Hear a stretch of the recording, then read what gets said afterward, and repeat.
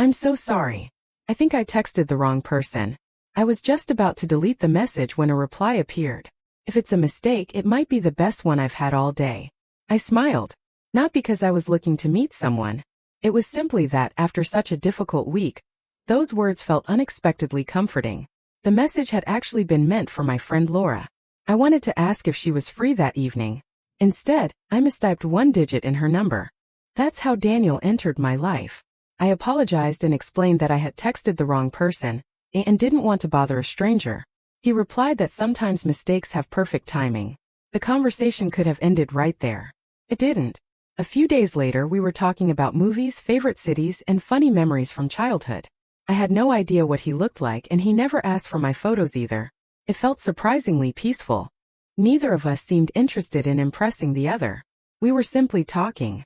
One evening, Daniel told me he had been taking care of his father after surgery for several months and had slowly drifted away from most of his friends.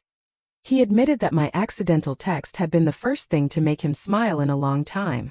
I stared at my phone for a while. Sometimes it doesn't take much to remind someone they aren't alone. Before long, our conversations became part of every day. We wished each other good morning, shared funny moments, and talked about how work was going. It felt as though we'd known each other for years. Still, one question kept coming back. Why hadn't we met yet? Every time we planned something, life got in the way. I worked late.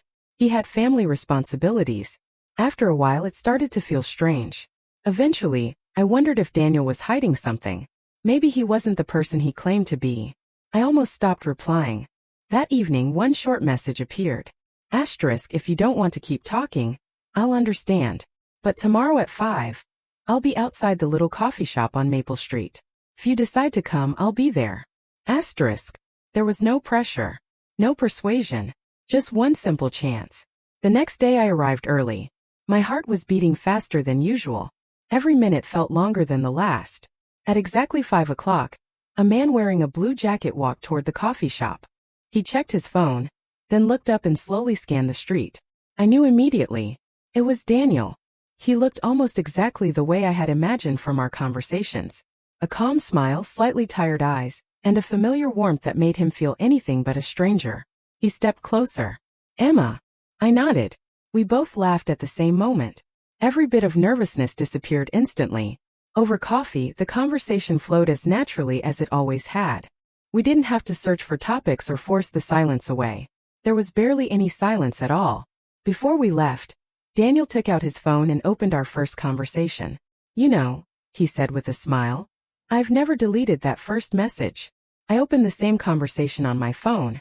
That one accidental text was still sitting at the very top. People spend so much time trying to find the perfect words to begin a new chapter. Sometimes all it takes is one wrong digit.